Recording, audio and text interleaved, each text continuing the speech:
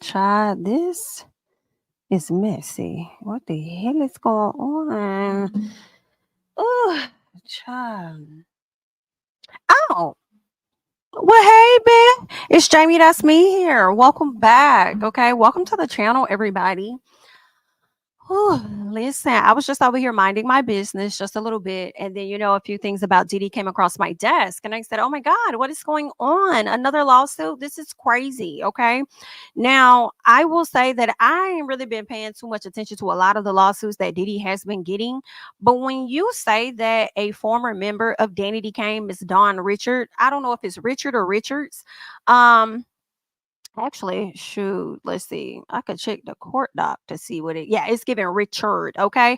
When you say that Miss Dawn Richard of Danny Kane is suing him, that's crazy because wasn't she on his recent project not too long ago? Like, I'm gonna have to look that up. And just because she was on the recent project does not mean that what happened to her did not happen to her. She probably did it out of fear.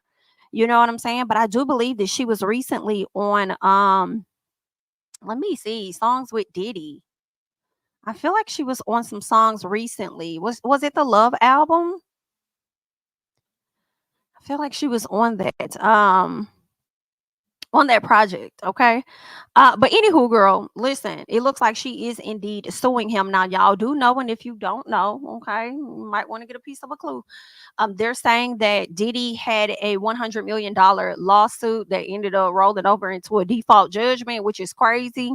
Okay, and this person has been accusing him of SA. So we'll get into that real quick before we hop into what's going on with Don and the Diddy situation and getting into the court docs. Please make sure that as you're coming into the video, you like up the video. It definitely helps the channel. This YouTube know that we are live. The people are enjoying the content, and hopefully more of the notifications, go out and stuff.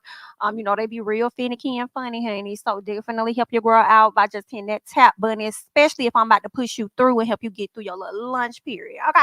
Or whatever you got going on. All right.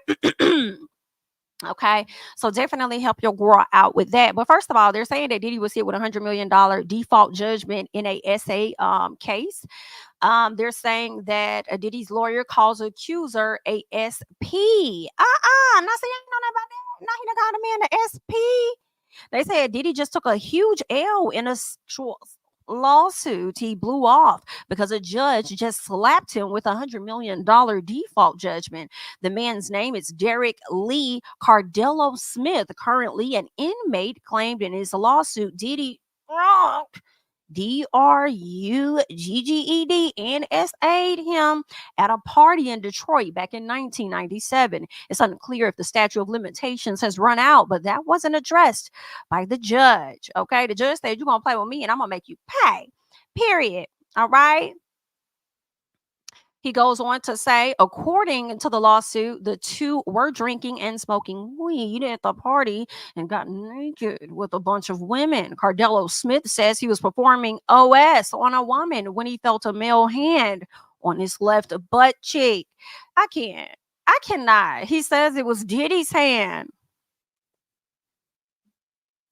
Oh my. A short time later, he says Diddy offered him a drink, which was spiked, and he passed out. Hours later, Cordello Smith claims he woke up and saw Diddy having sex with a woman, and Diddy allegedly said to him, I did this to you too. Nah, baby. Sorry. Some stuff is just whoa. And I'm like, and he got 100 million. And you mean to tell me my good sis Cassie that went through more than that didn't get 100 mil? What's going on? But anywho, Cardello Smith sued for $100 million. But according to the legal docs, it appears Diddy did not file an answer to the complaint. A hearing for a default judgment was set for Monday, but no sign of Diddy. So the judge gave Cardello Smith what he wanted. $100 million. Girl, that's what happens when you sit up there and you play on the judge's time like that, girl. You can't tap. You can't do that. You can't do that and think the judge not gonna, electric slide all over your bank account like that. All right. So we gonna see. I guess they're gonna try to appeal it, okay? The judge also set out a payment schedule, installment payments of $10 million per month starting October 1st. Listen, baby, you better slide over there. Okay, if he gonna electric slide, you better cha-cha slide, and you better get in there very quickly, okay, and press the button on that appeal and see if you could reverse. You know what I'm saying? So see if you could do that and reverse what's taking place. Either way, good luck. All right. Now, what else I want to get into, which is, the conversation of today. Okay. This is the conversation of today that has come out. And when I say that it's crazy, it's crazy. They're saying, now I'll be honest, I have not read the lawsuit yet. Okay. I have not read it, but we're gonna get into it together. But the thing is, it's just shocking to hear this is coming from Dawn. I thought that they had a better relationship. I thought that they were good. You know what I'm saying? So I am really surprised. And here we are. So they're saying that Diddy is sued for a monstrous behavior, allegations of brutality and SA. All right, now Diddy is facing yet another lawsuit from a new accuser, a former bandmate who claims the music mogul belittled, terrorized, and SA'd her while she also witnessed him savagely beat his ex, Cassie. Okay. So that's crazy. So you witnessed and saw this too, girl, and you ain't had said nothing.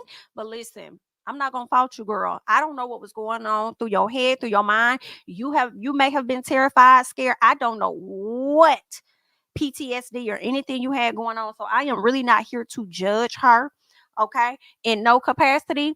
But listen, I don't think she lying. I don't think that lady lying, but we gonna get into it. Okay, they said according to the suit obtained by TMZ, Dawn Richards says she caught Diddy and Diddy's web as a participant on his 2004. She got caught in his web when she did making the band, manipulating her. They said this is when CEO Diddy manipulated her by promising to advance her singing career if she relented to his alleged twisted demands. Oh my God! You know what? I don't even know if I want to get into the article. We'll keep the article up there for a limited time. But I feel like I want to go ahead and kind of get into the documents. Now, I don't know if I'm going to read all the pages and stuff, you know what I'm saying? But we are going to get into most of it. So let me get that up on the screen, you guys. Okay, so let me slide some things over and get into a few things. As I am getting this together, if you guys can please make sure that you are indeed liking the video, that would be awesome. We love for our likes to match. We do have about 300 people in here, so if we can get it up to like 150, 200, that would be great. Thank you so much. Okay, I know some of y'all don't be liking the like, but girl, it ain't gonna kill you today or tomorrow. Okay, you still gonna be able to go about your day. You still gonna be able to do what you need to do, girl. You still gonna get the entertainment that you came over here to get, girl. Okay, you really not gonna die. You really not. Your thumb and your finger really ain't gonna be broke. Okay, just hit the anywho, girl. Let me keep going. All right, so let me make sure that I share the right screen, though. I want to make sure I'm sharing it right because I pulled it up, but I'm not sharing the right screen. Here we go. Okay. All right, here we go. I want this side. Let's do this. Okay. So, first of all, it says plaintiff Dawn Angelique Richard buying through her attorneys. Okay. Her attorneys are Bloom Firm and IP Legal Studio brings this action against the defendants. Now, girl, it's a lot of defendants up here now. Janice Combs Publishing. It's giving Ciroc, honey. Okay, it's giving Interscope. It's giving Sean Combs. It's giving Bad Boy Productions, honey. It's giving a whole lot of. It's giving Harvey Pierre. Okay, it's giving Epic Records. It's giving I'm suing all you. Okay, I'm suing every last one of you raggedy bitch. Okay,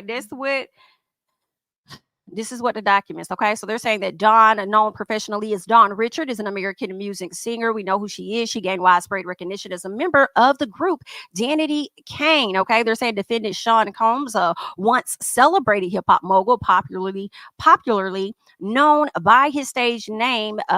Y'all know the names: Love, P. Diddy, Puff, all of that. Okay, they said in 1998, Mr. Combs explained the origins of his stage name in the USA Today interview. Okay, they say they're trying to paint this character now. His nickname was Puff because he had a temper and was known to huff and puff when he was angry. Over the decades following his rise to fame, Mr. Combs' star-studded larger than life persona overshadowed his vicious temper and pervasive acts of violence directed towards those in his inner circle, specifically women. Okay. They're saying Mr. Combs' namesake temper frequently manifested in physical V. Mr. Combs regularly hurled objects in fits of rage, often throwing items such as mobile phones, laptops, food, studio equipment across the room, or even threw it at people. Now, on numerous occasions, Miss Richard witnessed that Mr. Combs was over there brutally beating his girlfriend, Miss Cassandra Ventura. All right. They said his persistent abuse included, okay, okay. Miss Ventura striking her with his hands and with objects, slapping her, punching her, and throwing items at her, including a scalding hot pan. Whew, let me tell y'all, with everything that's being listed in this, and I have to say, should it be true? Okay, because it's a lawsuit. We don't know actual factual, even if we truly want to believe it or not. I still feel like, just because it's in documents, it's still alleged or whatnot. But let's say this actual factual child, y'all people still want to believe what the attorney was saying when he was like, just because Diddy settled this stuff doesn't mean that he actually committed said crimes.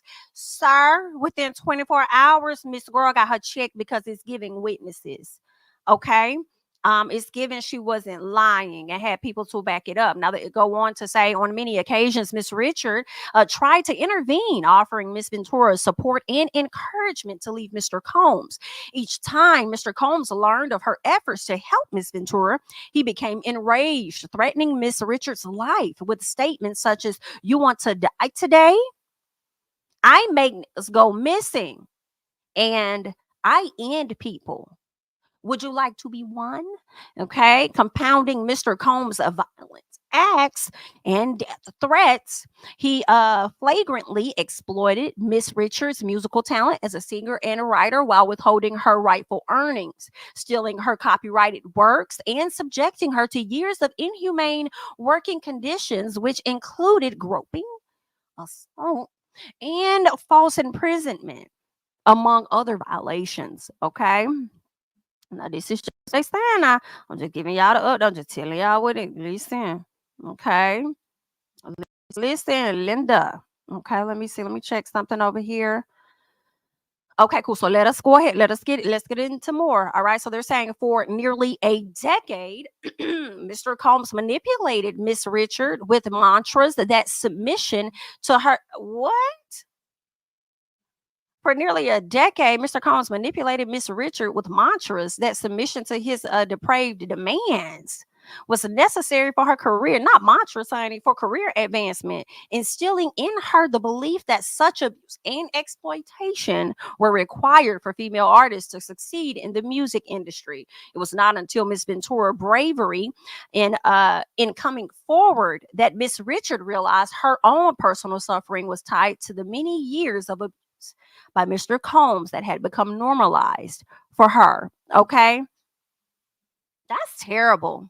I want that's just, Cassie came out almost a year ago, letting us know what happened.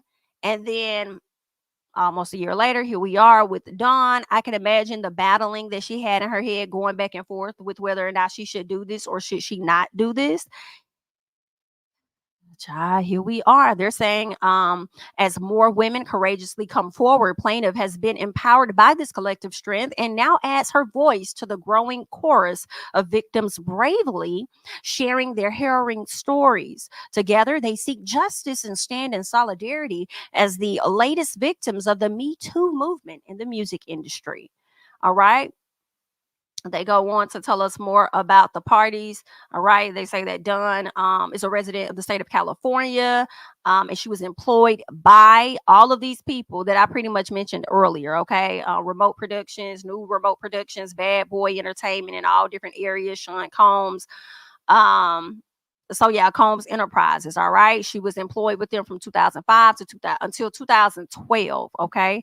Now that's interesting. Now I'm gonna have to look. Now she was employed with them, but I could have sworn she's worked with him recently, and I could be wrong. Okay. But if she did, I wonder what did that fall? Did that fall under Love Records? Because I'm not seeing Love Records listed here. They're just listing the old information up until 2012. So maybe he changed it and she worked under a different one. But anywho, the defendant Sean Combs, upon information and belief, resides within the state of California at all relevant times. Okay, they're saying Mr. Combs met the definition of an employer. Okay, she also names Harv Pierre. Okay. She goes on to say he was the president of the Bad Boy Entertainment and Bad Boy Records in New York. Okay. He was also an employer. And then she just goes on to just break down the roles of the different, parties involved in this particular lawsuit. So let's see what else is going on. If there's anything else that she may be giving us. Okay. Jurisdiction and venue. Let's see. Federal questions regarding the depredation of, okay. Factual allegations. Let's see what this is saying. So they're saying Miss Richard is selected to be Mr. Combs' all-female musical group, Danity Kane. She's selected to be in Danity Kane after competing on MTV's Making the Band. So they're saying in or around 2004, Miss Richard was selected to participate in season 3 of MTV and Network's reality television show Making the Band. The show created around the formation and development of a musical group under the mentorship of Mr. Combs. Okay, for aspiring artists like Miss Richard, Making the Band represented a concrete path to a career in the entertainment industry. Miss Richard appeared in seasons 3 and 4 of Making the Band, which aired in 2005, and she appeared in season 5, which aired in 2009.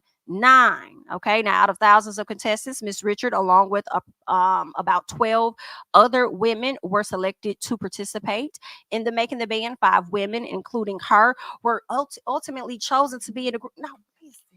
Now I'm over here thinking about Aubrey O'Day, because then Aubrey O'Day was saying like the hammer is coming down on him and stuff, and she got information and Diddy. Now I'm thinking more, because remember she said that Diddy was willing. There was a time where Diddy was willing to give people back their music, give them back the rights to their music, but they had to sign a form to where they could not speak out against him or anything that may have happened. So I guess, when it comes to situations like this, whatever she signed off on may not cover these type of situation and allegations when she's bringing the lawsuit forward. But I do wonder if she signed the paperwork in order to get rights back of her music, because Aubrey said only 2 members of Danity Kane didn't do it, and she was trying to convince everybody to not do it. And I always thought that it was her and what's the other girl name? Was it B Woods? I think, I can't remember, but I always thought it was those 2 that signed the document that they could, like, I'm not signing it. You could keep the rights. See, like, they're gonna be worth anyway. And if I want to come out and write a book, I'm probably gonna get paid more off the book than I get paid off your music. So, okay, that's who I thought. D Woods, that's what it was, not B. Thank y'all, D Woods. So I thought that D Woods was one of the ones that her and Aubrey, but that's what I'm not sure. I always thought it was those 2, but maybe it was Dawn and her. I'm not sure. But girl, either way, Dawn coming to the front today, baby. Okay, Dawn said, "Bitch, I got some stuff I got to talk about. I got to get it off." So that's what we finna do. Okay. Let's get into more. They're saying out of thousands contestants. I think we pretty much got into that. Okay. She won. All right. Along with some other ladies prior to and including the first Danity Kane album, Making the Band, was filmed at Diddy's house recording studio. All right. They said that they also filmed at Diddy's house in Mr. Combs' Miami residence. All right. Camera crews filmed 24 hours a day, gathering months worth of footage. Okay. To condense in hours into a few hours for entertainment and for viewers. Okay, so they go into the breakdown of Danity Kane. Okay, they say that the album came out in August of 2006. The second one came out in March of 2008. They said the first album sold over 4 million copies, and they made damages to Miss Richard are unpaid salaries. They're estimated at $1 million. Danity Kane's second album, Welcome to the Dollhouse, sold over 2 million. Damages to her was unpaid salaries and royalties that are estimated at 500,000. Damages on unpaid wages for touring on over 100 dates for Miss Richard with Danity Kane are estimated at 1,800,000. Diddy fired the bandmate Aubrey O'Day and D Woods, okay, on live TV. And then the band, that was in 2008. Then he just disbanded the group in 2009. Okay, now Miss Richard first encounter with Mr. Combs' aggressive, intimidating behavior is what we're about to get into now. So this is where she first witnessed his intimidating, aggressive behavior towards women. This is what is towards women. Okay, so let us get into that. So they're saying during the auditions on the set of Making the Band, Mr. Combs projected an aura of him just being superior, wealth, and power. They're saying that Diddy regularly wore sunglasses and avoided looking the female contestants in their eyes, contributing to an atmosphere of uncertainty and intimidation. Now, during auditions, they're saying Diddy spoke to the female contestants in a hostile, condescending manner, making disparaging gender-based remarks such as calling them fat, ugly, BITs, and somehow. Now, Don felt threatened and intimidated by Mr. Combs' blatantly disdain for the young women like herself who were excited for the opportunity to be on his show. Now, once the band was made, Mr. Combs' contempt for women was readily apparent as he continued to display aggressive and hostile behavior towards her and the bandmates. Okay, now listen, child, she finna get. I feel like she gonna get some coin off this because I'll never forget. I had heard that didn't they say he threw a chair at Lorianne, the girl that's given allegedly, but I know him and Lorianne definitely got into it. There was definitely some issue, and it took some time for them to come back together. Okay. But anywho, so they go on to say on one occasion in or around 2005, during the first season of Making the Band, Miss Richard observed Mr. Combs' ex-partner and the mother of 3 of his children, Kim Porter, leaving Mr. Combs' recording studio in tears with visible facial injuries, including a lacerated lip. Realizing that Diddy was capable of committing acts of V against women caused Dawn to feel deep I guess they're trying to say depression and fear, apprehension and fear that Diddy could one day physically harm her. So she started thinking that this could be me at some point. Now they're saying Dawn was present when Diddy introduced Cassie for the first time, and that was around 2006. Okay, the moment Diddy first saw Cassie, his demeanor shifted. Diddy positioned himself directly in front of Cassie's seat, invading her personal space and fixated on her with an intense, unyielding stare, isolating her from the other people in the room, including her then boyfriend, music producer Ryan Leslie. Now they're saying coincidentally, this first meeting between Diddy and Cassie was the first time that Dawn was in Mr. Combs' presence without a camera crew filming. Observing Diddy behave in such an intimidating, predatory manner the first time that they were off camera made Dawn feel apprehensive and afraid of him. Now, Cassie ended her relationship with Mr. Leslie and then ended up dating Diddy. Now I remember reading Cassie's lawsuit last year. She kept saying RL, and I'm like, who is she referring to? Who is she referring to? And then I realized within time that it was Ryan Leslie. Because I believe in her lawsuit, she was saying that Diddy kind of swiped her up from working with him, kind of like pulled her from working with Ryan. They were in a relationship. He was working with her and everything. And I don't think Ryan knew everything. And then there was also the story where they were alleging that Diddy may have stolen Ryan's laptop or something. And then I think Ryan may have sued him and he had to pay. It was like a lot of stuff going on. Like, wow, real messy, essy. Okay, so they go on to say Danity Kane. This is the next part that we're getting to, and this is the harassment, the inhumane treatment, and the denial of basic needs. by Mr. Combs. Okay, so we are about to get into that piece. Okay, so shout out to the 600 plus people. If we can get the likes to 300, that would be great. Okay, so they say for the majority of Miss Richards' tenure as a member of Danny Kane and Diddy Dirty Money, because remember she did that too. She did that too.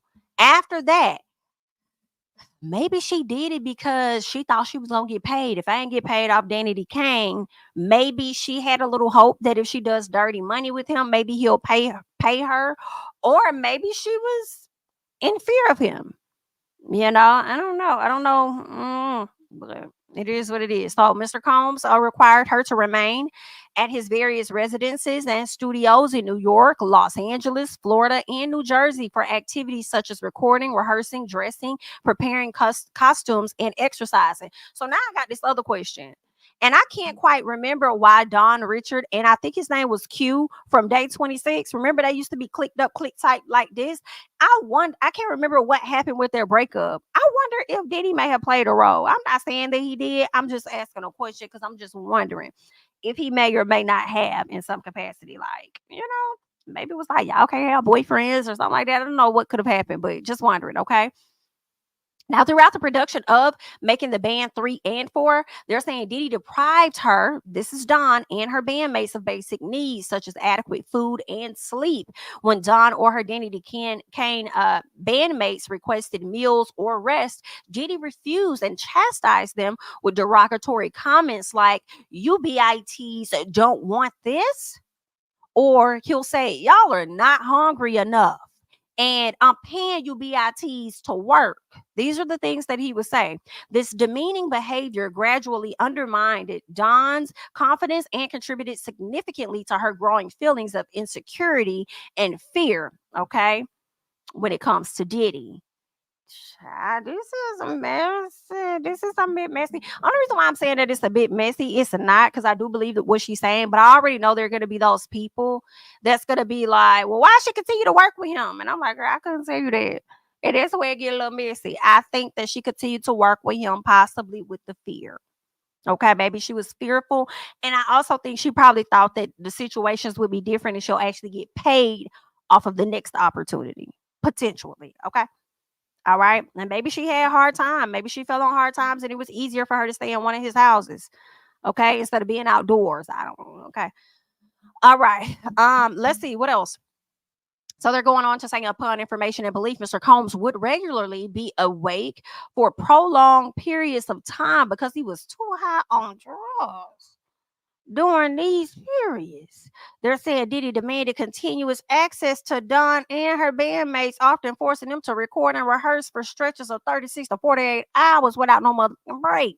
Now, forced to choose between eating and sleeping, Dawn lost significant amount of weight, weighing almost about 100 pounds. Now, I do believe I recall that. I was like, wondering, girl, like, what the hell is going on? But she was stressed the hell out.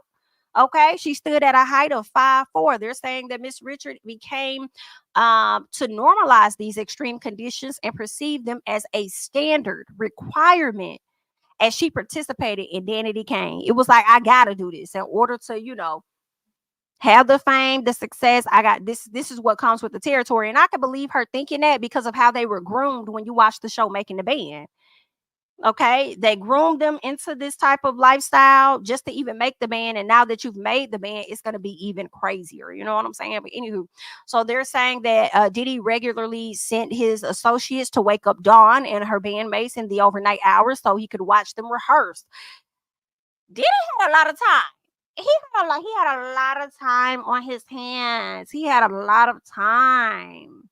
Because, child, from this lawsuit here saying that he will wake them up in the middle of the night so that he can watch them work, and other lawsuits we hearing that he will wake them up in the middle of the night so he can watch them. Girl, it's just a lot going on.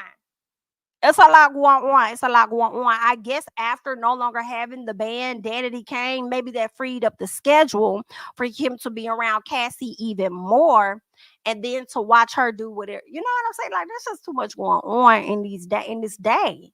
And then people want to say we all got the same 24 hours. Bitch, do we? Do we have the same? Because this nigga don't go to sleep. Of course, let these people tell it, honey. Okay? So I don't want them 24 hours. But anywho, let's keep going. They're saying that The regularity of these disturbances led Dawn to adapt by sleeping in a sitting position, fully dressed and with makeup on, heightening her anxiety. And over time, this abnormal sleeping arrangement came to feel routine, further normalizing Diddy's invasive demands. Okay, in addition to exhausting rehearsals, Diddy required Dawn and the bandmates to participate in intense workouts with a personal trainer. On one occasion, while running on the beach, Dawn became so dehydrated that she vomited. Instead of offering medical assistance, MTV Network's camera crew filmed the incident, contributing to her acceptance of such treatment as part of her professional life. Mm-mm. The unrelenting and rigorous schedule of rehearsals, performance, and near constant filming that Mr. Combs imposed caused Miss Richard to experience extreme weight loss, dehydration, fatigue, and painful rashes from the microphone pack. Oh, okay. She was required to wear on her back. These conditions intensified Dawn's feelings of powerlessness as she increasingly viewed them as part of her professional reality and feared the consequences of any resistance. In a further assertion of power and dominance, they're saying Diddy insisted on holding meetings while dressed only in his underwear. On one occasion in 2008 at his Miami residence, Mr. Combs emailed Dawn directing her to meet him in the living room. When she arrived, he was wearing only his underwear. Dawn asked Diddy to put his clothes on, but he refused, stating, "This my house. This my mother." Okay.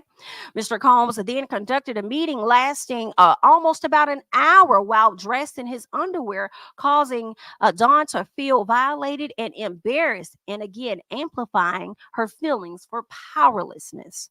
Okay, let's keep going here. Now, following the official Diddy Kane breakup in early 2009, they're saying that Dawn experienced significant financial hardship. See what I told y'all? That's why I think that she continued to work with that man. That's why I think she continued to work. What's going on, Scotty? Hey, honey. I know, I have to get into my reporter bag from time to time when I'm getting into this stuff. You feel what I'm saying? Just a little piece. Just a little piece. But listen, I think that's why she fell on hard times. Just like I said, she probably didn't want to be homeless. He got all of these homes. He got access to the people she need access to. So I think that's what made her stick around. They said with no prospective opportunities for employment within the entertainment field, Dawn spent several months traveling from Baltimore to Daddy's house recording studio in New York without pay or allocated budget. They're saying Diddy promised that Dawn compositions would result in payment of license fees and royalties, okay, based on her contract with Bad Boy Records. No such compensation, however, no such compensation was ever reported or paid to Dawn. Damages relative to these continuing copyright infringements will be proved at trial, they say. Okay, now this right here isn't too far off to what that young man, I think it was Lil Rod, was saying about working on the recent project and not being paid for that project. Okay, so that's interesting. Girl, I guess the rich stay richer and the billionaires be billionaires because they don't ever pay no motherfucking body. That's just what it seemed like to me. Now, Diddy, dirty money. Okay, this is where we get into dirty money. They're saying that Dawn experiences Diddy's gender-based physical violence, criminal acts, SA, threats, and intimidation. All right. Now, by almost the fall of 2009, many of Dawn's compositions had been recorded by other Bad Boy recording artists. Due to the success of her compositions, Dawn was invited to meet with a musical artist, Kalina, who was also a part of Dirty Money. All right, they ended up forming the group Diddy Dirty Money. Why I thought the group was called Dirty Money? Girl, you mean to tell me it's called Diddy Dirty Money? Can you be any more self-serving? Okay, can you be any more about your himself that it has to be Diddy Dirty Money? Just call it Dirty Money. Okay. And if you let the people that have made allegations out here about you, and because I'm not making the allegation, I'm just telling you what these people have said. These people that have made the allegations according to the lawsuits, they is saying that he is giving dirty money. But I didn't say that the money was dirty. I'm just telling you what they had said. Okay. But anywho, so initial recording with Diddy Dirty Money, that album Last Train to Paris took place That is a little funny because some people probably did have their last train to Paris fucking with him. Anywho, they're saying that Diddy home in Los Angeles. Okay, so I guess that's where they initially recorded it. On the first day of recording, Don and Kalina arrived at Diddy's home, waited in the kitchen where Diddy's girlfriend Cassie was frying him eggs. Okay, they're saying that Dawn observed Diddy come downstairs looking on dry. Okay, enter the kitchen, approach Miss Cassie and scream, "I've been asking you for my, I can't stand you. You never do it right." Girl, what in the Ike and Tina Gina is going on here? It would have been my exact response when I saw him bring his ass downstairs on in the kitchen. I've been asking you for my I can't stand you, but you never do it right. Girl, I hate Cassie's self-esteem was so low and that he had that much power because bitch, it really was giving you do this shit yourself. You do it, bitch. Okay? Why the fuck I'm in here cooking with all the goddamn money you got anyway? Okay, it should be a motherfucking chef in this hole. High key. That's crazy work. Let's keep going. All right, they're saying that Diddy pushed Ventura against the wall and okay, then picked up the scalding hot pan of eggs and threw it at her, causing her to fall to the ground in a fetal position. Cursing and screaming, Diddy dragged her up the stairs. Was that the last train? That's crazy. Girl, I know y'all wanted to beat his. I would have wanted to beat his ass, okay? But I guess when you're in a compromised position, you there to where I don't know what probably was going through those ladies' heads as to why they didn't react or respond. I don't know. But that definitely would have troubled me for sure. That is crazy. And then these are these ladies' first time being at your house. Number one, you should be doing this to her anyway. Okay. But it's like you got guests over the first time in your house, and it shows just how much you value or don't value them. One for you put your hands on Cassie, and then to turn around and do it in front of these like, whoo, child. And if you think them kids ain't witnessed nothing, I don't know what the fuck was going on. Cause I refuse to believe. Child. And you know what, Miss Misa, baby, I'm never gonna forget after Justin had got that DUI charge. I'm gonna never forget when you had said that you tired of protected and mother. So any day now, dear, any day now. But let's keep going. They're saying frozen in shock and terror. All right, they're saying that Don heard a glass shattering, crashing, and banging noises as Diddy dragged Cassie up the stairs. They're saying that Don wanted to intervene and help Cassie, but Kalina was very adamant that girl don't get in that okay, they say that she adamantly refused to interfere in that relationship and physically led Dawn out of the residence. Kalina, I always knew you wasn't always on the top of my list. I always knew that when you was over there on Love and Hip Hop, I always knew you was not at the top of my list. It was something about you, girl. Okay, and it took me years to get to this lawsuit to see what that something was. Okay. And you just don't get in that and you just walked on out. Girl, ain't that something? Girl, that's something now, honey. But terrified and shaken, Dawn returned to her hotel where she was unable to sleep due to worrying about Cassie and her own safety. All right, now the following day, Dawn received a call demanding that she return to Diddy's residence to continue recording. But no apology, no nothing. Okay, just call. Listen, you need to get us in the studio. It's time to record. We got some work we got to do. Okay. They're saying that Diddy brought both of the ladies, Dirty Money, into the recording room at his studio, locked the door, dimmed the lights, and gave each of them flowers. Girl, if this don't sound on brand for an abuser, if this don't sound on brand,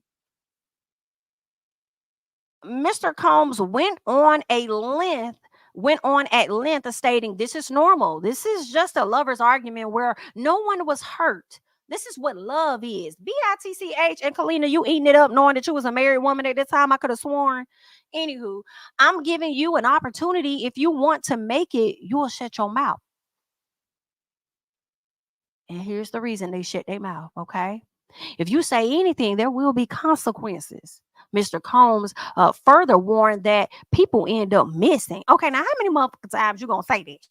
Okay, we know. Because you took her ass upstairs. All we heard was crashing, burning, and everything else. And we didn't see the hope for the rest of the day. So clearly people do go missing, bitch. Okay.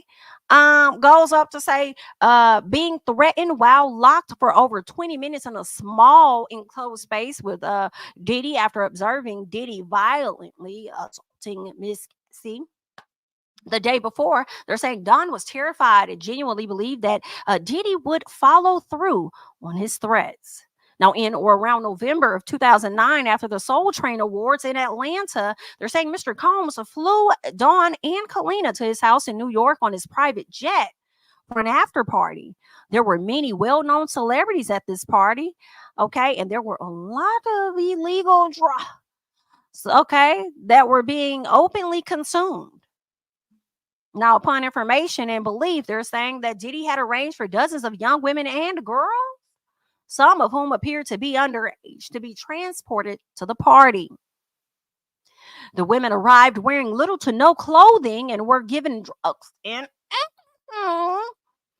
many of them appeared lethargic and passed out while Diddy and his guests performed SCI on them. Girl, no, they didn't.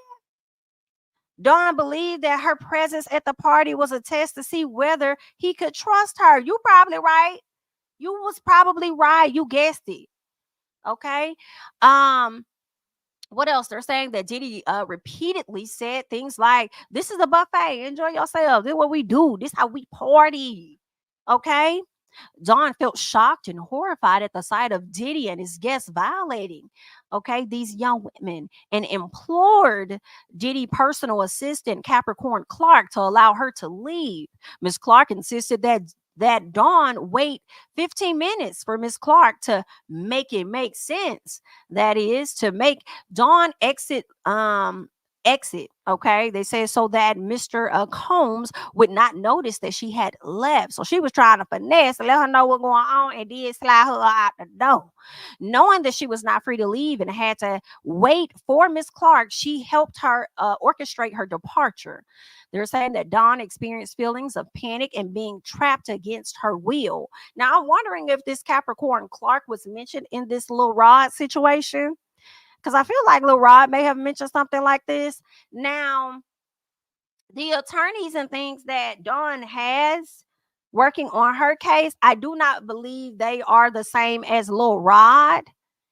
And it's something about Lil Rod's attorney for me. And I'm not saying everything in Lil Rod's thing is inaccurate, but it's something about the attorney. The attorney, he does a lot of stuff for social media. He likes stuff to play out on social media. He a little sketchy bitchy, okay? But to have other attorneys package this up, listen, I appreciate it. Okay. And not that I don't believe his story, but I feel like some things she's mentioning her story is definitely aligning with his just a bit. And listen, everybody ain't lying. Everybody ain't lying. But for the purposes of this, although this is a legal document, it's given this information is alleged. Okay. I'm just reading the public documents. Okay. Anywho, let's see what else is going on. All right. So they're saying that Diddy regularly placed Dawn in similar situations with no means to escape. At Diddy's drug-fueled parties, his guests, including Dawn, were required to surrender their phones upon entry. Now, listen, I don't not believe this, and I'm gonna tell you why I don't not believe it, okay? Because I do. I remember I saw a video, I believe it was around Mother's Day, because I believe people said that Miami was with Diddy around that time. But anywho, him and his kids was gonna go on a trip, and he was over there collecting phones. And that was a video that was going around, give me the phones. And I was like, okay, is he collecting the phones because he just wanted to be family time and stuff like that? But I don't know, it could have been other people too, but it's give it, let me get it. I don't know, but I'm just telling you what I thought, okay? So what else? She goes on to say Diddy kept the doors locked and guarded by security personnel, making it impossible for Dawn to leave without alerting Diddy that she had done so. Diddy hired police officers to attend his party, sending a clear message to guests that his influence extended to law enforcement officers and creating a climate of fear, and also a warning that reporting him to authorities would be both unacceptable, okay, and a problem. All right, so there's that. Okay, now on many occasions, Mr. Miami, Florida residents that lasted for several days, girl, not days, Told y'all his 24 hours is not the same as ours, okay? And one of the parties, Miss Richard, witnessed Combs openly stating that he had arranged for a busload of young exotic girls, such as mixed black and Asian, Indonesian, and albino. Once again, John observed people being inebriated, okay? They're saying these young girls were being SV, okay, by Diddy and his guests in a state of panic and terror. They're saying that Dawn fled to the bedroom Diddy had insisted she stay in and barricaded the door shut with furniture. Child, that's crazy. Oh, that ain't a way to live, child. Oh, I can't take it. So they're saying that Combs openly assaulted Ventura in front of Dawn and other witnesses and on multiple occasions. On one occasion, in or around the fall of 2009, Diddy Dirty Money was in New York preparing to perform at a festival. Inside their vehicle, Diddy grabbed Cassie by her neck, pulled her out of the van onto the grass, and pinned her head down her while yelling, "You gonna get up today?" No, sir. I don't like that. This incident took place in the backstage area just outside the festival and was entirely visible to passerby. Okay. Oh, let's see. In another instance, in or around early 2010, they're saying Diddy punched her in the face in the bathroom of a party in law. I mean, that's a lot. That lady went through a lot. She should have been in a 100 mil because this is just too much. In another instance, in or around early 2010, Diddy punched Cassie in the face in the bathroom of a party in Los Angeles. Frequently, when Cassie attempted to voice an opinion or stand up to Diddy, he would strike her or wrap his hands around her throat. And all right. Now, on several occasions that they observed Mr. Combs assault Miss Cassie, they're saying that Don and Kalina spoke with Cassie to support and encourage her in escaping her abusive relationship with Diddy. Now, every time that Don and Kalina tried to intervene, Diddy learned of the conversations that would become irate. All right, they're saying Diddy screamed at the women, "Y'all BITs don't get in my relationship. Don't tell what she need to be doing. Just make money and shut the up." Oh my. I end artists. I shelve careers. You could be missing. And you just want to die today? Oh my. Everybody want to, I always want to ask somebody, do they want to die? What's going on? Everybody ain't trying to die. What is the wrong? I always want somebody to go missing. What is the problem? Ooh, Jesus. I'm just trying to figure out how they did that for as long as they did. That is just too much. That is just off the hinges for me. Too far off the hinges. Let's see. Interscope Records, okay, enabled Mr. Combs' gender motivated V. So they're saying that the label he was a part of, they supported this. So in or around late 2009 or early 2010, Bad Boy Entertainment, they're saying that and they entered an agreement with Interscope. Upon information and belief, Bad Boy was paid $50 million in exchange for Bad Boy's future releases being distributed through Interscope. And what's crazy is, I'm sure this is some documentation to match that. And for y'all to receive that much money and for people to not get paid is so fucked up. I mean, like, that is so messed up in my personal. Like, that's crazy. That's just crazy. Like, I don't think that's right at all. Give me 1 second. I'm trying to move some things around. But yeah, you done made all this money. I don't like that. I don't like that at all, but let's keep going. All right. So they're saying that Diddy intended to capitalize on Interscope's significant resources that enhance the promotion and sales of Bad Boy releases. Now, in the weeks and months leading up to Bad Boy Interscope deal, they're saying Diddy had frequent meetings with the producer and then CEO and Interscope Records, Jimmy Levine. On one such occasion, Diddy hosted a dinner in West Hollywood, California, which Miss Richard and Miss Harper, okay, Don and Kalina, were required to attend. Among the guests at the dinner were celebrities like Neo and Usher, as well as Mr. What's his name, Jimmy Levine or Iovine or whatever. At the dinner, they're saying that Diddy and Cassie had an argument In front of the dinner guests, Diddy hissed at Cassie in a screaming whisper and forcefully punched her in the stomach, causing her to double over in visible pain, crying. So you was all out open with yours. You just was all out open, just doing whatever it is that you just all out there doing what you want to do. Got it. Okay. So then goes on to say that what else? They're saying that Miss Clark, okay, so this is, I guess, the manager or assistant or whatever, escorted Cassie out of the restaurant, and Diddy remained and continued socializing with the dinner guests. At this point, Interscope Records clearly had actual knowledge that Combs was dangerous around females and that Combs was willing to brazenly batter a female in public, and they did nothing about it, okay? Now, even after Jimmy watched Mr. Combs commit a violent assault in front of numerous high-profile witnesses, they're saying that the Bad Boy Interscope deal took place and remained in effect, providing Diddy with immense financial rewards and enabling him to commit further acts of V without fear of repercussions. Now, watching Mr. Combs openly assault, okay, and I hate to say it, but openly, Miss Cassie in front of Jimmy and various celebrities, and observing that other powerful music industry representatives were complicit with this man's behavior.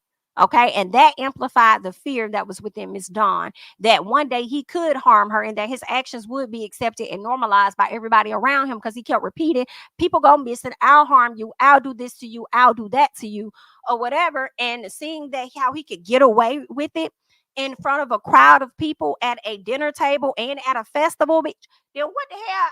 I mean, hell, he really could clap me the hell off. So I understand it a bit, the fear that the ladies had, for sure. So as part of the agreement between Bad Boy and Interscope, they're saying Interscope heavily promoted Diddy and Dirty Money, the Last Train to Paris album, and they're saying Mr. Iovine had presented Diddy with a demo of Coming Home for him to produce, a song that will become a multi-platinum hit. Okay, they're saying that Jimmy was encouraging Diddy to develop a new sound for the album, into which Interscope was investing significant resources. Now, Don, Kalina, and Cassie all provided vocal performances for this project, released in November of 2010. All right. The album Last Train to Paris became Diddy and Dirty Money's most commercially successful project. Okay. So they all got awards off of this project. Now we're about to get into Diddy. And they're saying, oh wow, Diddy Dirty Money. So they're saying Mr. Combs subjects Dawn to labor, trafficking, and oppressive work conditions. All right. So they're saying in or around the fall of 2009, they're saying that Dirty Money began recording the song Love Comes Down. Upon information and belief, Mr. Combs continued to use okay, that caused him to remain awake for prolonged periods of time. When he was awake, he would demand that Dawn and Kalina record in the studio, where they spend 3 to 4 consecutive days recording without a break to eat or sleep. Diddy required Dawn and Kalina to remain at his home or homes continuously, denying the opportunity to return to their hotel rooms for breaks. The degree of control that Diddy exercised over Dawn's daily life and basic needs exacerbated the significant power imbalance and threatening atmosphere that ensured Dawn's compliance with his demands. Okay. Now they're saying that Diddy regularly left the studio and required both of the ladies to stay and write verses to songs. Occasionally, they said that Dawn did try to leave to get something to eat or go to the hotel. And whenever she tried this, Diddy would call and demand, "What the f are you? And we have an album to make." Oh, wow. They said Diddy frequently made threats, especially if they asked for food or rest, stating, "You're a BIT. Uh-uh. I don't want to see your fucking face. I make things go missing and I make things go away." Okay. I don't know what kind of Dr. Seuss that was right there, honey. That's crazy. Each time they're saying that Don returned to the studio immediately, believing that Diddy was capable of following through on his threats. All right. Diddy criticized Don for being too skinny, yet denied her request for food and demanded that she drink only peanut butter shakes. Diddy had full meals prepared by a chef and ate them in front of the ladies, never offering them no food. Now, what in the icy spicy is going on here? Can't even get a chicken salad because you want them to get a peanut butter shake. Girl, inhumane. Okay, they're saying that Dawn and Kalina begged for food and rest breaks, but Diddy refused, making statements such as absolutely not, and this is what it takes to be great. Girl, listen, it's a scam. It's a scam. Anybody tell you that, they lying. That sound like the people, the CEOs and the bosses that come and tell people that you can work your way up in the company. It was all a lie. It was all a lie. Come on, Carly Red. Don't believe them. Don't believe them. That don't apply to everybody. That does not apply to everyone. They're saying as Dawn continued to work nonstop, transitioning between the studio, rehearsals, workouts, and back to the studio, she became severely dehydrated and experienced chronic stomach cramping from being undernourished and excessively thin. On the numerous occasions that she told Diddy that she was not feeling well, he called her lazy and dismissed her health concerns, instilling in her further apprehension of communicating her needs. Okay. Now, in or around the summer of 2010, they're saying that Dawn experienced abdominal pain, pain, swollen glands, and a fever. So they're saying that she was hospitalized and diagnosed with what's this? Arthralgia. Basically, it's a joint pain due to overuse, sprains, tendonitis, and infection. She was sound like she was anemic. They said anemia and low white blood cell count. Whoo, child. They're saying Dawn presented Diddy with her medical record, specifying that she needed to emphasize eating well, being adequately hydrated, and getting adequate rest. But Diddy ordered her to report to the studio the next day for another multi-day recording session. Now, Diddy blatantly disregard for her health and well-being cemented Dawn's fear of his authority and control over her career and health. Okay. Now they're saying Dawn continued to witness Diddy abuse towards Cassie. They're saying Cassie often wore sunglasses and makeup in an attempt to hide visible injuries. These incidents further solidified Dawn's fear of Diddy, as they were constant reminders of the physical dangers she potentially could and eventually would face. Now, Mr. Combs, they're saying, often exhibited uncontrollable anger during recording sessions, throwing objects like albums, laptops, food against the wall or at the individuals. They said Diddy frequently flew into frenzies, unpredictable rages. They said Don feared making any misstep that could direct his anger towards her. However, her fears went beyond her immediate physical safety because she had witnessed Diddy's violent nature, a side of Diddy that the world had not yet seen, and she feared that falling out with him and his good graces, or worse, standing up to him or speaking out against him, could result in a serious harm towards her. They're saying that Dawn frequently thought about Diddy's threats about making people go missing and feared taking any action that could label her as a target. Now, despite Diddy's violence, the threats, the misogyny, they're saying that Dirty Money experienced significant sales of records, selling 2 million copies of one single, 500,000 of another in US, and in Australia, 5 million single copies. They're saying that Miss Dawn didn't get paid, and the unpaid wages and royalties are estimated at $1.2 million. Dawn unpaid touring wages are estimated at over $350,000. Okay, this is a lot of money. All right, for touring dates within the United States alone. This is just for the US. Now let's get into Ciroc, Diddy Beats, and Diddy Beats. Now, are those supposed to be like the Beats by Drake, or y'all is definitely gonna get the people some type of beats? Okay, now what is Diddy Beats? Oh, it's a campaign, I guess. Let's keep going. All right, so they're saying in or around the summer of 2009, Don and Kalina were required by Diddy to perform as part of Dirty Money, and attend numerous promotional events, including late or overnight parties. All right, they were all under contract between Diddy, Ciroc Vodka, or between Diddy and Diddy Beats. Okay. Now they're saying that Dawn was never compensated for the extra time she spent fulfilling Diddy's promotional contracts, including Ciroc and the Diddy Beats campaign.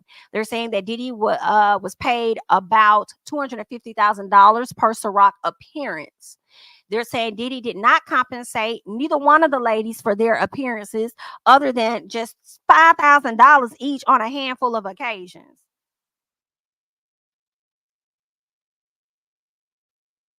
Mr. Diddy ongoing explanation for withholding compensation was that their appearances were a requirement for their tour. Additionally, Don was required to appear and to promote Diddy Beats through parties, album songs, and videos. That was your time, Don. You could have flipped that Diddy beat right on upside down. Diddy does beat. He beat these bitches. And he told me I could go missing at any moment. But anywho, over time, they're saying that Diddy was paid $6.25 million for 25 Ciroc shows, and that Don was required to attend these events. And he didn't even pay this lady. Following each show, Diddy and Kalina approached Diddy to inquire about their insufficient and sporadic payments. Okay. They're saying that Diddy routinely responded with statements such as, "You BITs are ungrateful. Y'all ain't grateful. And you don't want this." So Don estimated losses from Ciroc campaign promotions totaled to about $1,562,500. Okay. Child, they're going on to talk about his harassment and assaults, the SA and the SH that Diddy committed against Miss Dawn. Okay, now let's see where we are. Okay, shout out to the one guy. Okay, if we could get to 1,000 likes, that will be great. If we could get to like a cute 600, that will be awesome.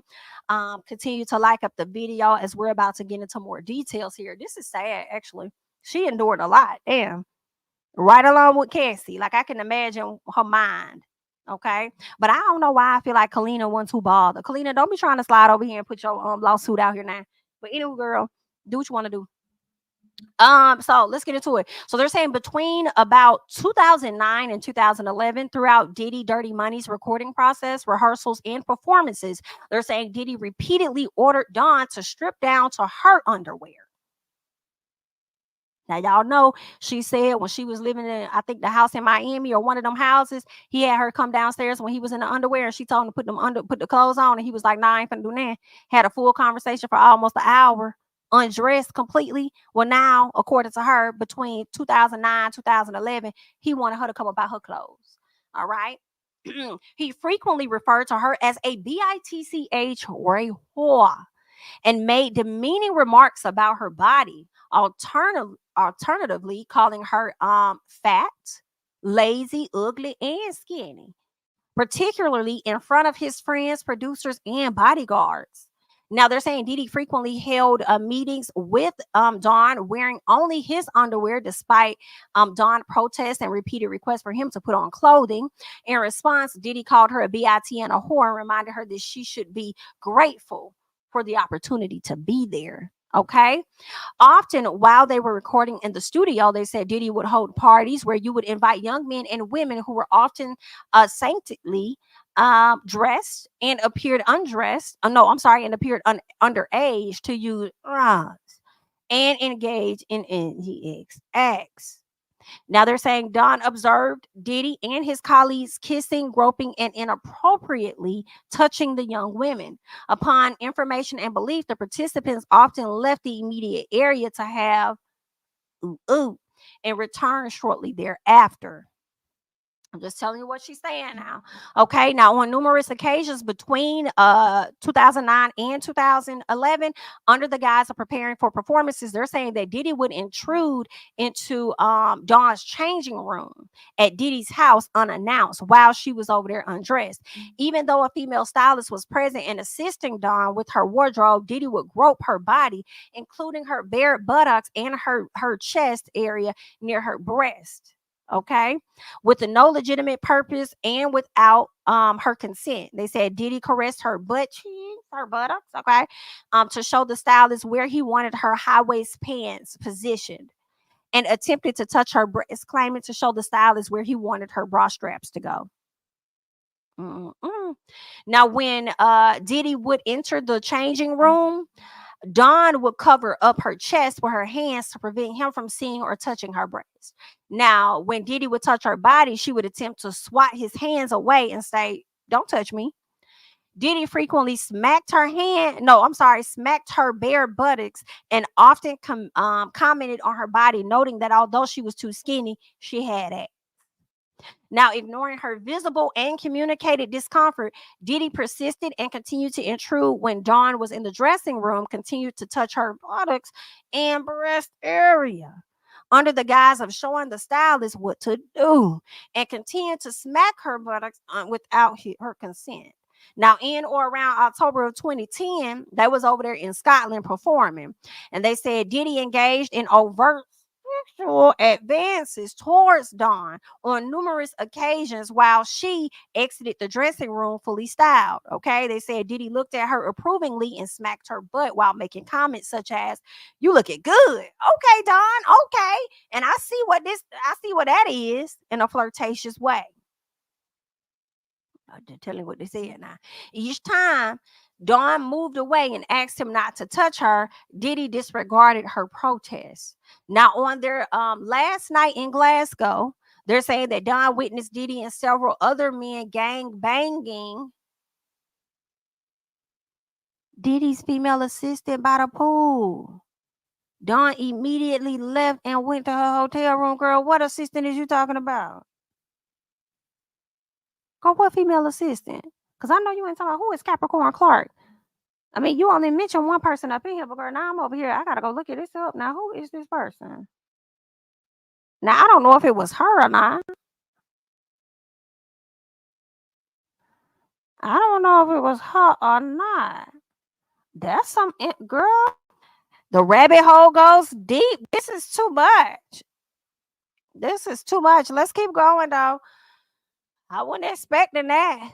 Okay. Now they're saying that on their flight back to the United States the next day, they're saying that Dawn asked Diddy where his assistant was. He replied, "I don't give a fuck where that bitch is." Oh my. Dawn later learned that Diddy had taken his assistant passport with him to the United States, leaving the girl stranded in the UK. Now wait a minute. Now y'all said on the last night that, oh, okay, on your flight back. So I guess they must have went to Scotland, then went to the UK, and then was headed back to the United States. But before they got to the United States, he done took our passport, preventing her ass from going. Ooh, that's some low down. That is some that's some filthy work. That is some filthy work. Now in Glasgow, they're saying that Kalina confided in Dawn that her husband and manager, Tony Vick, was abused. I know I went crazy because for you to sit up there and carry this girl outside after you done saw them eggs and stuff go past your head and hit the wall over there by Miss Cassie, and she slid down the wall with it, ma'am. And then you let this man get upstairs and he over there shucking and jiving and throwing glass and kicking and scratching and throwing her. Listen, I should have known that you wouldn't. I feel like you have experienced the same. I knew that's exactly what I was saying. You must have gone through the same or similar for you to sit up there and be like, "Stay out on folks' business. Let's get the hell up out of here. Don't worry about what they got going. This ain't got nothing to do with you." Now we learning that she over there accusing her husband of being abused after an especially severe assault, or I'm sorry, severe assault. She confided in Dawn that she wanted to leave that husband, and Dawn helped her to plan her exit from that relationship. However, Kalina and him reconciled, and both Diddy and him had a close relationship, learned of Dawn's role in helping Kalina. crash. Now listen, both Diddy and the husband Tony became noticeably distrustful of Don, which also made her even more fearful that she was in danger, child. Now, when Diddy would require Dirty Money bandmates to stay at his residence in Miami, Dawn would barricade herself inside the room at night, placing heavy furniture against the door because she was afraid that somebody was going to come in and harm her while she was asleep. Now, in or around the late December 2010, they're saying that Dawn, Kalina, and Cassie were in Diddy's Los Angeles house when Diddy stated, "I want to give you a gift. Fake titties for Christmas." Mr. Combs reached out and cupped the woman's breast, which is Dawn's breast, without her permission, stated, "You're an A." I'm thinking a D. I'm thinking you need to back the hell up. Scoot back. Now, okay. So she was shocked. She went back to the room, okay, or at least she left the room in shock. Now, throughout the above dimension time period when Dawn resisted Diddy's advances, she said Diddy retaliated by denying her singing parts in the songs, removing her from songs, refusing to allow her to sing in performances, and turning her microphone off during performances. The more Dawn rebuffed his advances, the more Diddy became retaliatory, okay? Retaliatory. So he started to, retaliate against this lady. He started doing the most, even more. All right. Now let's keep going because we're still in 2010. That's what they say. So they're saying we get into his assaults and his falsely imprisonment. Girl, this a lot here. Girl, give me a look. Let me take a little water break. Like up the video for a second. Let me drink me a little water. This a lot. This too much. Okay. All right.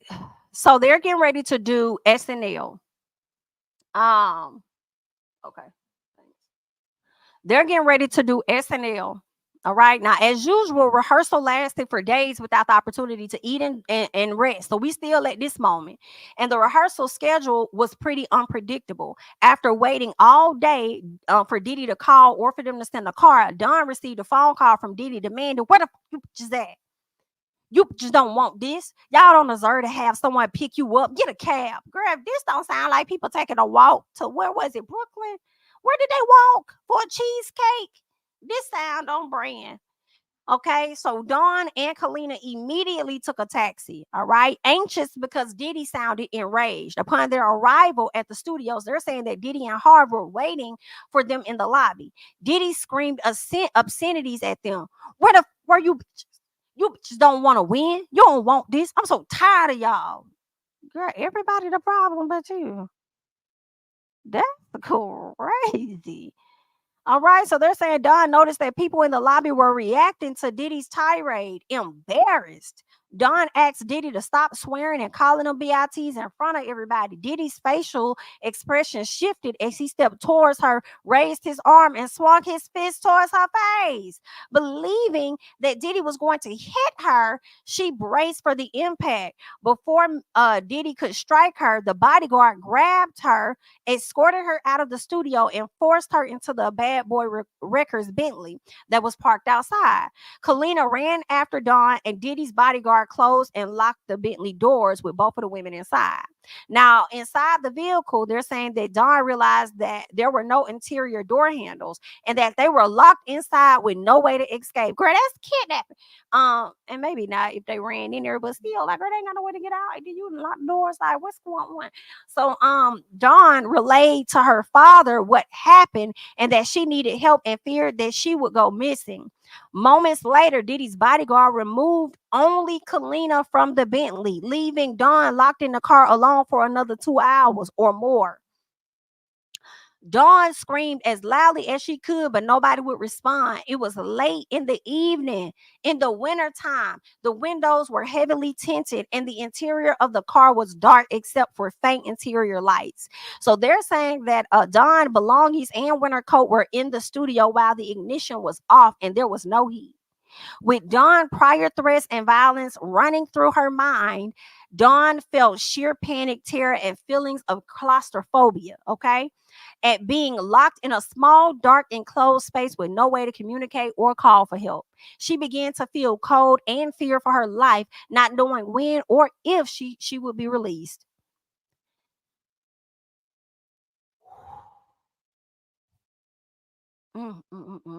Don's father drove to New York from Baltimore and arrived at the studio in about 2 hours later. Okay. Only after her father arrived and demanded to see her did Pierre order the bodyguard to release her from the vehicle. So Pierre ushered Don's father between several rooms at the studio, where he waited for about 2 hours before being able to confront Diddy. Now, once Don's father expressed that he intended to contact the police, Diddy warned him to think about your family and think about your daughter's career. Her father appeared frightened, but Diddy threats and act by his threats and his actions, which in turn made Dawn feel terrified for herself and not for her family. Now they're saying the next night, when they were supposed to, when they performed on SNL, they're saying Diddy called Dawn, complimented her performance, and concluded with the threat: "You don't call your dad unless you in the hospital." I don't know no victim of his or alleged victim, girl, that has made it to a hospital. Didn't something happen to Kim's finger, or something happened, and then the doctor had to come and take care of it? Miss Ma'am did not go to the hospital, they say. This the alleged. Okay. Now they go on to say unjust enrichment of defendants by breach of contract and copyright infringement. Okay. What are they saying? They said that Dawn has performed on over 15 songs and holds composition credits for more than three. They said that Diddy and the people have failed to account or to pay her as agreed for her compositions and her performances, and have breached contracts and infringed her copyrights, all of which has unjustly enriched the defendants. Okay. They go on to say that she has composition rights and credits for more than 5 songs. They haven't paid her for that either. And these appear to be the long list of songs here that she has not received compensation for. And they're saying in 2020, Diddy selected Dawn for a reboot of Making the Band, because remember that was supposed to come out in 2020. That was supposed to come out, and it didn't because the pandemic and everything happened. So they're saying Dawn spent hours prepping to be a judge on the new show. However, C-19 pandemic halted these plans. And they're saying that Dawn has never compensated. She was never compensated in any way.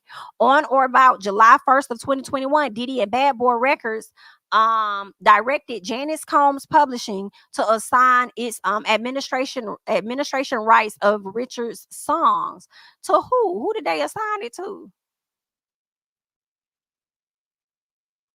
Why did they? It don't. I don't see her name over here a lot. The artist written song. Okay, I see her name over here in bold where it was. Okay. So let me go back up. So it says that in July 2021, Diddy and Bad Boy Records directed Janice Combs Publishing to assign its administration rights of this woman's songs held from her tenure with defendants in the years 2005 to 2012. Okay, to Sony Songs. So they took her stuff and gave it to Sony Songs. The assignment signed by Don on October 22nd, 2024, purported to credit through a semi-annual accounting. So, okay, I guess she got the rights to her songs. They said that Dawn royalty account for her compositions from between 80 to 90% of publisher share. However, no statements were ever provided, no payments were ever made, and no reversions nor assignments were ever recorded with performing rights organizations or other royalty collecting entities. Gotcha. So they assigned the songs to her, but they never paid her. So it seems like to me on paper, they show her, hey, this is what we're giving to you, but they never translated to the people that's going to send out your residuals or whatever the case is, it sounds like. Um, they're saying defendants have woefully failed to account to or pay her as agreed for her compositions and her performances in breach of the assignment, and have thereby infringed her copyrights, resulting in the defendants being justly enriched. Okay. So it looked like she did work with them, I guess. So they're saying during the summer of 2023, I did mention that. They're saying that Diddy's new record company, Love Records, tendered a contract for negotiation to Don for the song titled Deliver Me. Okay. I believe they said that is track 3 and it was released on September 15th. Upon information and belief, the song sold well prior to Diddy's legal troubles in November 2023. Continuing to the present, they're saying that Dawn sought to establish her rightful percentage as a 21% composer. Mr. Combs personally called Dawn and left a voicemail complaining about her fair request. I'm sure they're going to play that in court, okay? Upon information and belief, Diddy directed his attorneys to avoid confirming the composition percentages on the song and, in fact, list composers who played no part in the composing the song.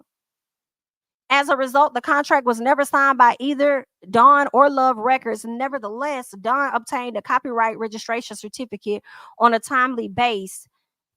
Such registration lists authors of complaints. Okay.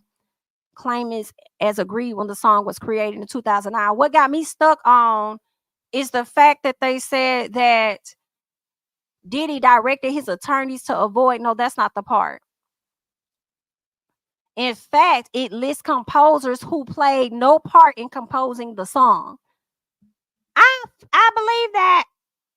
I hope his kids' names ain't on it. Okay, let me skip down.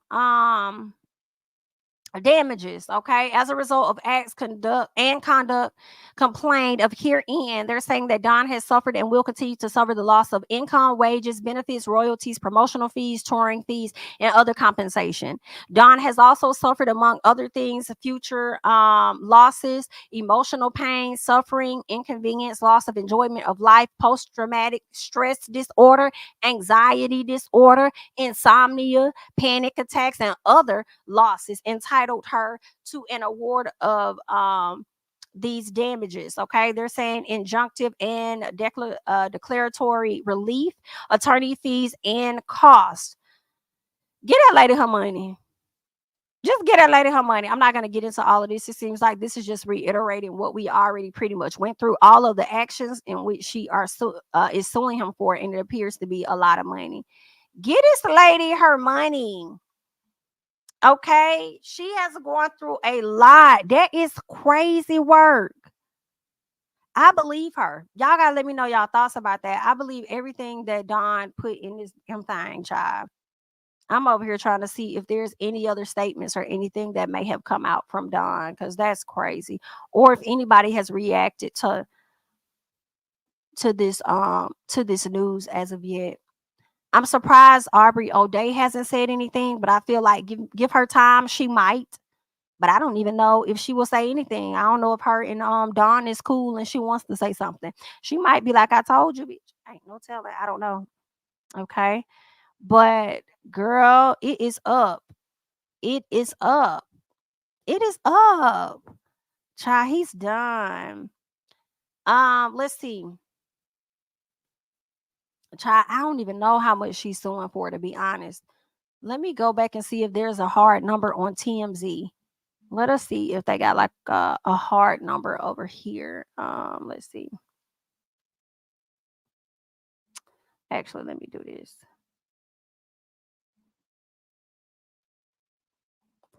Because I'm not even sure. Because she listed a few million. It's different. I don't know. They don't even have a number on here. It's a lot though. Yeah, they don't even have a number. But in that article, it's a few different millions that she listed in like 500,000. One was 350,000. So it looks like it's a lot of money. But you know, Brittany, I said that earlier. I thought she was one of the ones that signed it too, in exchange to never talk about anything that they may have witnessed, experienced, or anything with Bad Boy. Because I thought that Aubrey was saying that it was her and D Woods that did not sign it in exchange for rights to the music. So I thought that Don signed it, but I guess it doesn't matter possibly when you're speaking on SA in some capacity. I don't know. Or maybe she didn't sign. Maybe she had the girls thinking she was going to sign and she didn't. Ain't that something, y'all? That's That's a lot. That is a lot. That's a lot going on right there.